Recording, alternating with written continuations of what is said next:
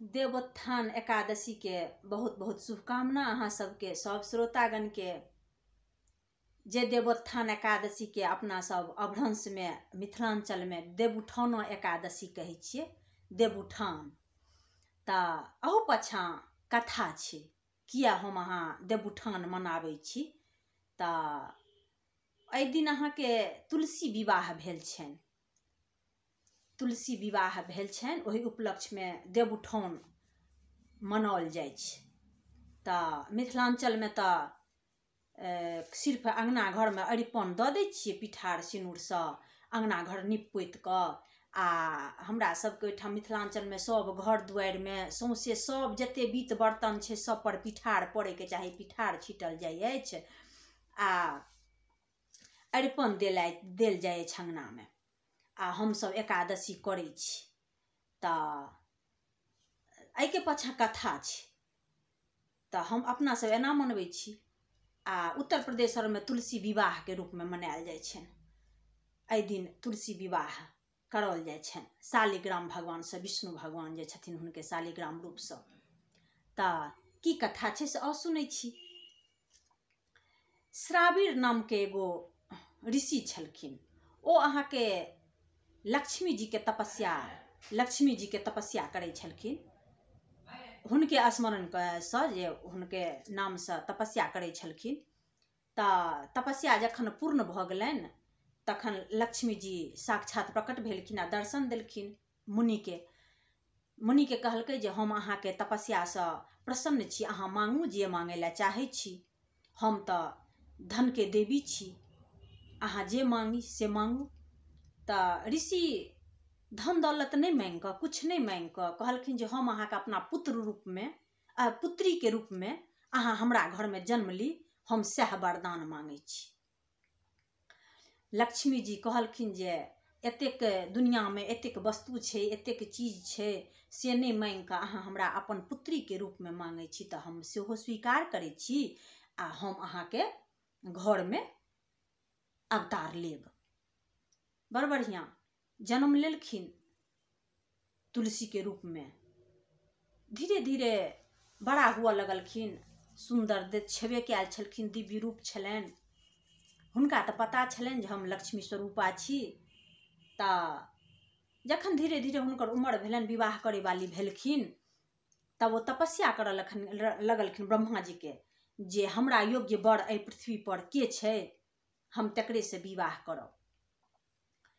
तखन तपस्या जे केलखिन हन तऽ प्रकट भेलखिन हन ब्रह्मा जी आ प्रकट भऽ कऽ तखन कहलखिन हन लक्ष्मी जी के, ओ जे तुलसी रूप में छथिन हुनका माता पिता हुनका वृंदा नाम से नाम रखने छनि, वृंदा। तऽ ब्रह्मा जी कहलखिन हन जे हम अहाँ के तपस्या से प्रसन्न छी, अहाँ की चाहै छी से हमरा कहू। तऽ कहलखिन लक्ष्मी जी जे हम पृथ्वी पर तऽ अवतार लेलहुँ, लेकिन हम तऽ बिना नारायण के नहीं रहि सकै छी, अधूरा छी, से हम विवाह करब हुनके से करब। तऽ ब्रह्मा जी कहलखिन हन जे पृथ्वी पर एकटा शंखचूड़ नामक आदमी छै, हुनका में विष्णु रूप पायल जाइ छै, विष्णु अंश पायल जाइ छै, अहाँ हुनके से विवाह कऽ लिअ। विष्णु अंश के कारण छलैया तऽ कनि आसुरी प्रवृत्ति के ओ शंखचूड़, असुर छेबे कैल छले हन लेकिन थोड़े शांत प्रवृत्ति के लोक छले। असुर रहला के बावजूदो विष्णु अंश पायल जाइ छलनि हुनका में। ब्रह्मा जी ई चीजक सूचना दऽ देलखिन आ चलि गेलखिन, अंतर्ध्यान भऽ गेलखिन। तऽ लक्ष्मी जी वही शंखचूड़ के पिताजी के कहि कऽ ओकरा पता लगा कऽ हुनके से विवाह केलखिन। विवाह केला के बाद राक्षस सबके देखबै अहाँ जे ओ सब तपस्या करे में बड्ड माहिर होइया। भारी से भारी तपस्या कऽ कऽ सब देवता के प्रसन्न कऽ लै छथिन आ शक्ति से परिपूर्ण भऽ जाइ छथिन आ ओहिके बाद अत्याचार केनाइ पृथ्वी पर शुरू कऽ दै छथिन। सब राक्षस के संगे इएह अहाँ सुनबै जे फलां भगवान के प्रसन्न कऽ लेलखिन तपस्या से, ओहिके बाद वरदान लऽ लेलखिन हन आ ताहिके बाद आसुरी शक्ति के एतेक अत्याचार करऽ लगै छथिन पृथ्वी पर जे देवता सब गोरे डोलायमान हुअ लगै छथिन, आतंकित भेल रहै छथिन। ओहिना ओ शंखचूड़ के जखन विवाह भऽ गेलनि हन वृन्दासँ, ताहिके बाद ओ तपस्या केलखिन हन। तपस्या केलाके बाद भोला बाबाके तपस्या केलखिन हन, भोला बाबाके प्रसन्न कऽ लेलखिन, भोला बाबा प्रकट भेलखिन हन, भोला बाबासँ वरदान लऽ लेलखिन हन। वरदान लऽ लेलाके बाद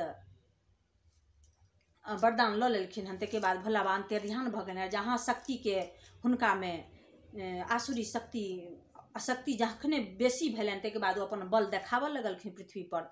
एते तक जे पृथ्वी जितलाके बाद स्वर्गो जीत लेलखिन।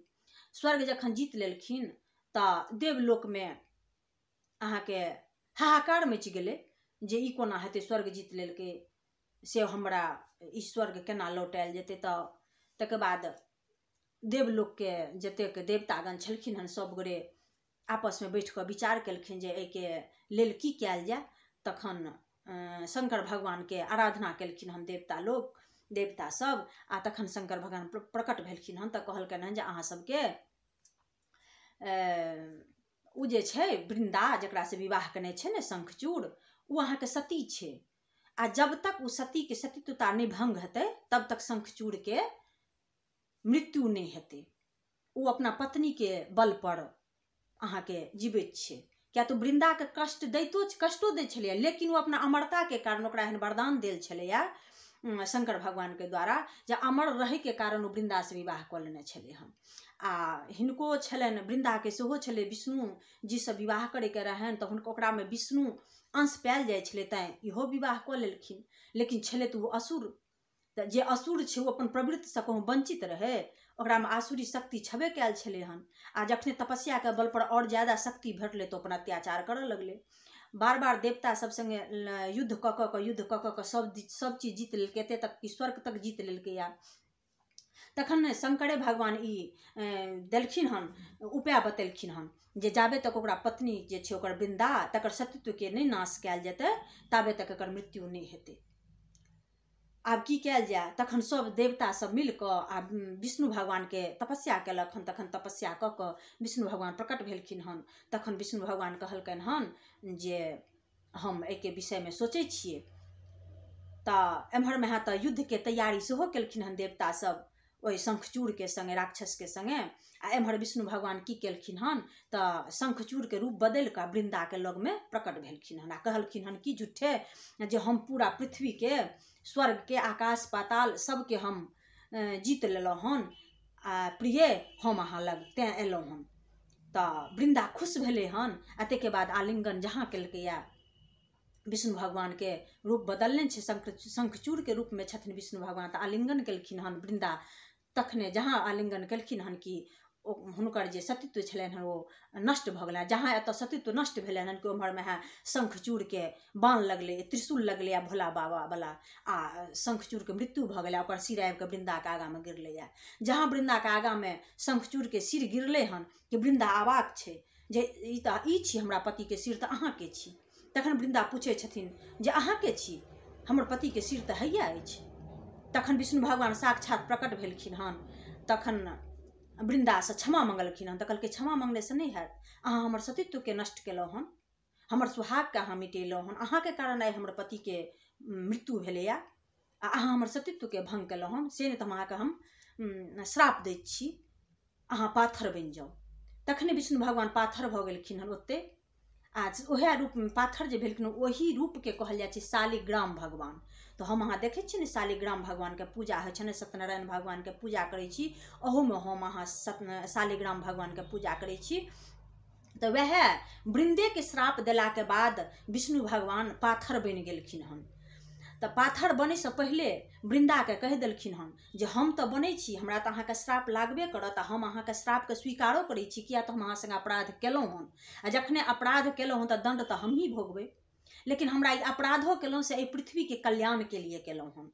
अहाँके पति में जे आसुरी शक्ति बढ़ गेल छलै हन आ पृथ्वी पर जे हाहाकार, स्वर्ग में हाहाकार मचल छलैया, ओहिके लेल हम मजबूर छलहुँ हन एते करे के लिए, तैं हम अहाँके सतीत्व के नष्ट केलहुँ हन। तऽ तखन श्रापो देलखिन हन। आ वृंदा तऽ अपने छथिन साक्षात लक्ष्मी रूप। तऽ एक दोसर के तब शालिग्राम भगवान बने से पहले कह देलखिन विष्णु भगवान जे हम तऽ पाथर बनबे करै छी, लेकिन बिना अहाँ के सेहो, अहाँ बिना हम रहब नहीं पृथ्वी पर। तऽ हमर पूजा जे केओ हमरा मस्तक पर अहाँ सदा सुशोभित रहब आ हमरा अहाँके जे तुलसी के जे पात होइया ओ फूल चढ़ा कऽ जे केओ पूजा करत हम तुरंत ओकरा पर प्रसन्न हेबै। तऽ हम अहाँ देखै छियै ने विष्णु भगवान के पूजा में अवश्य देखबनि हुनकर भोग में से लगै छनि, से पड़ै छनि तुलसी, आ हुनका चढ़बो करै छनि तुलसी। तऽ साक्षात तऽ लक्ष्मी स्वरूपा छलखिन, वह रूप बदलने छलखिन, वृंदा भेलखिन, पृथ्वी पर आयल छलखिन हन तपस्या के कारण। तऽ वह शालिग्राम भगवान के देवोत्थान के दिन तुलसी से विवाह कयल जाइ छनि, आ वह उपलक्ष्य में हम अहाँ देवउठान मनबै छी। तऽ हम अहाँ तऽ मिथिलांचल में सीधे अरिपन और दऽ कऽ ई सब कऽ कऽ मनबै छी, आ उत्तर प्रदेश में हुनकर विवाहो होइ छनि। हमहूँ अहाँ कऽ सकै छी। एकर रंग बिरंग के गीतो होइया तुलसी विवाह के। तऽ शंखचूड़ अहाँ के विष्णु के अंश छलखिन हन। तऽ यह छल कथा देवोत्थान एकादशी के। आ हम विष्णु भगवान कह देले छलखिन जे देवोत्थान एकादशी के जे क्यों हमर व्रत करत आ हमर पूजन कऽ कऽ हमरा पर तुलसी चढ़ायत, तुलसी दल चढ़ायत, तऽ हम अहाँ देखै छियै ने जे देवोत्थानक एकादशी के पारण अहाँ के तुलसीये दल से होइ छै। तुलसी के जल में के लऽ कऽ ओकरा लोग ग्रहण करै छै पारण कऽ। तऽ ई बहुत पुण्य के भागी बनैया जे क्यों करैया से। करे के चाही, सबके करे के चाही।